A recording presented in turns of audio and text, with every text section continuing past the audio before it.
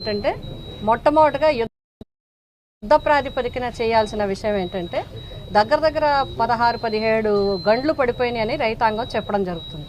ఈ గండ్లు గనక వెంటనే పోడ్చకపోతే ఇప్పుడు మిగిలిన పంటకి నీరుండదు, రేపు వచ్చే దాళవాకి కూడా చాలా ఇబ్బందులు అయ్యే పరిస్థితులు ఉంటాయి.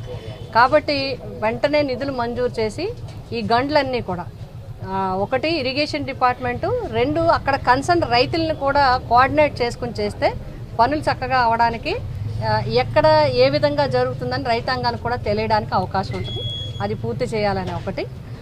రెండోది, ఇప్పుడు సెప్టెంబర్లో మనకి సెప్టెంబర్ మొదటి వారంలో ఇది జరిగింది. ఈ దగ్గర ఈ 17 నుంచి 20 వేల ఎకరాలు నష్టపోయిన రైతాంగం అందరికీ కూడా 2 ప్రాబ్లమ్స్ ఉన్నాయి.